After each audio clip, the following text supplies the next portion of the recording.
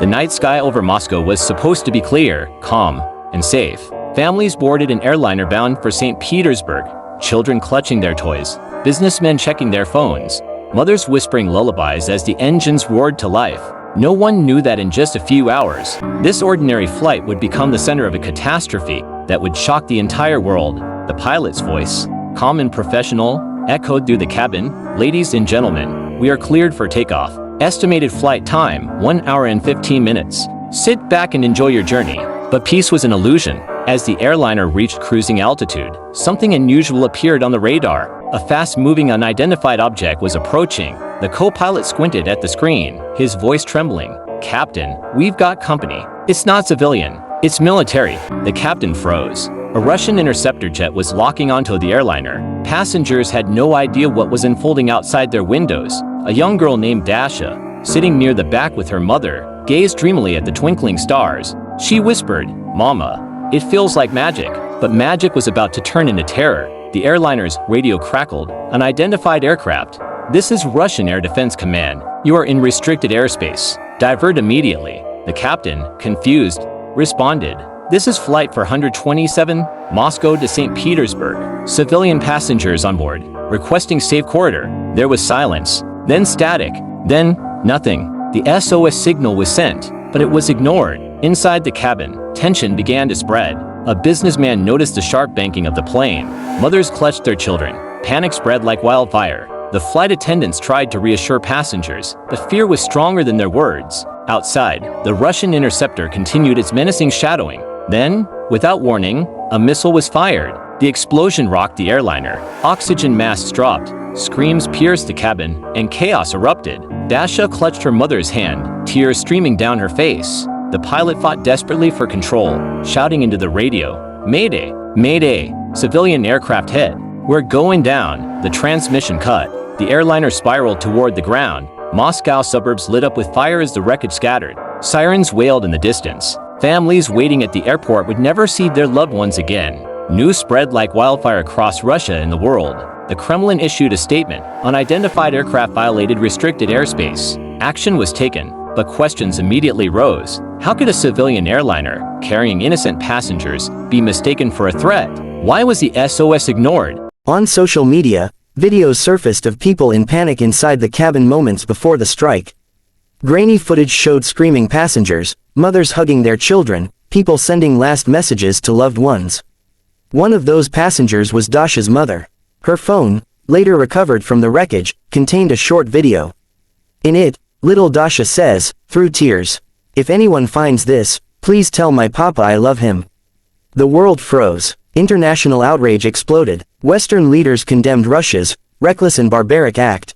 Moscow doubled down, insisting the airliner was being used as a cover for enemy infiltration. But evidence painted a very different picture. The airliner was unarmed, filled only with ordinary citizens. Families gathered outside airports, demanding answers. Fathers screamed at officials. Mothers collapsed in grief. Candlelight vigils appeared in cities across Europe.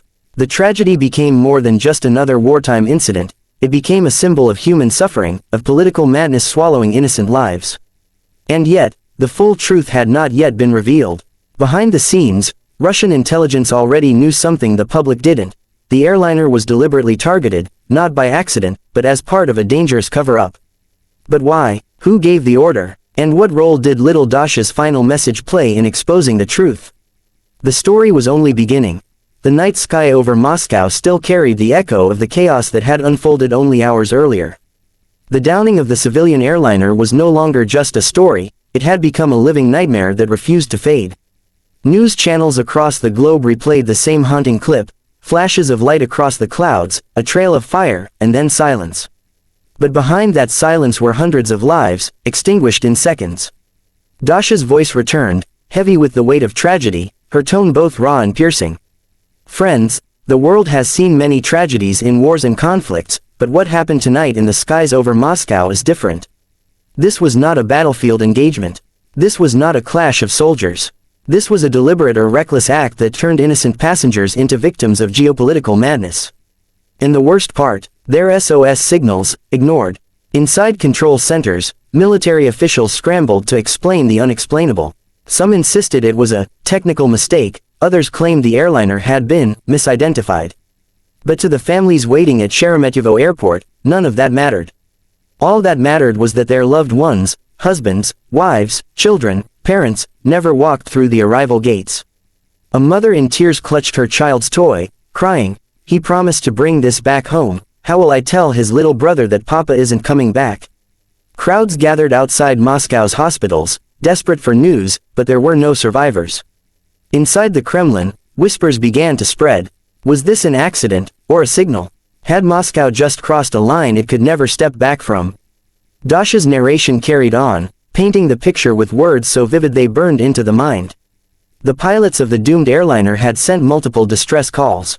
"We are a civilian aircraft. We are unarmed. Repeat, we are unarmed." But what came back was silence.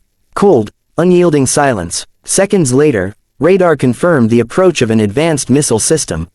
And then, nothing. As footage emerged of burning wreckage scattered across fields outside Moscow, the Russian public faced a terrifying question: who could they trust? The government's explanation shifted hour by hour, a fog of half-truths designed to bury accountability. But the international response was immediate. World leaders demanded answers. Ukraine accused Moscow of trying to shift blame. NATO called for an emergency meeting.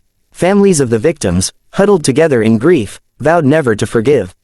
Meanwhile, protests erupted across Moscow and St. Petersburg. People lit candles in silence, holding signs that read, "Civilians are not targets." Riot police moved in, but the cries of the people could not be silenced. In the chaos, conspiracy theories spread like wildfire. Some believed the airliner was deliberately targeted to send a political message. Others thought Moscow wanted to cover up a catastrophic military failure. But one detail stood out. Eyewitnesses claimed they saw the missile system activate, despite clear warnings from the airliner's transponder. Dasha's voice grew sharper, trembling with both grief and fury. Imagine sitting in your seat, hearing the pilot's calm but terrified voice telling you not to panic. Imagine clutching your child's hand, whispering, "It will be okay," even though you know it won't. And then, a flash, a thunder, and nothing. Families torn apart forever because someone somewhere pressed a button without hesitation. Inside Russian military barracks, morale plummeted. Soldiers whispered among themselves, "If they can shoot down an airliner, what else will they do?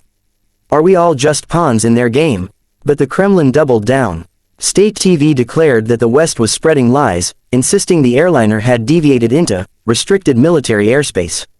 Yet leaked ATC recordings told another story. The plane was exactly where it was supposed to be.